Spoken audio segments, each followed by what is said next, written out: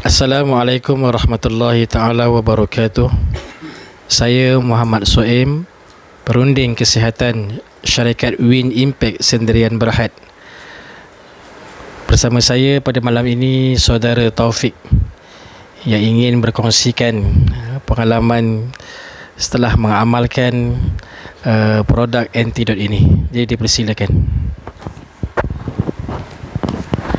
Assalamualaikum dan selamat malam. Saya Muhammad Taufik bin Zakaria. Saya sebelum kenal antidot ni, saya mengalami asma, batuk-batuk, susah nak bercakap lah bila batuk. Lepas tu nak berjalan pun mengah je.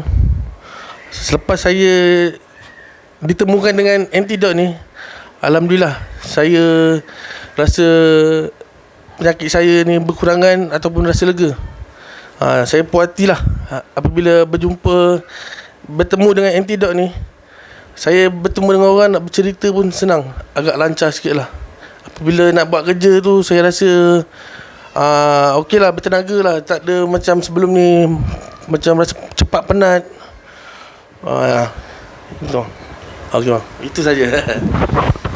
Okay, Alhamdulillah, syukur pada Allah Subhanahu Wa Taala.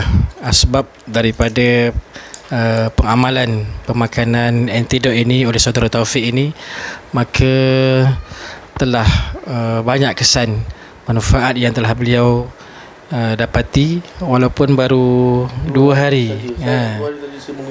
Baru 2 hari saja menggunakan ni. Jadi kesan yang telah beliau dapat sekarang ni, kesihatan beliau bertambah pulih, bertambah baik.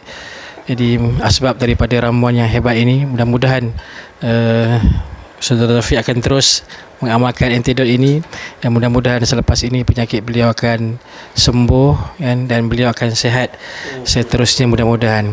Hanya orang yang sakit saja tahu nikmat erti tentang kesihatan. Sekian, terima kasih.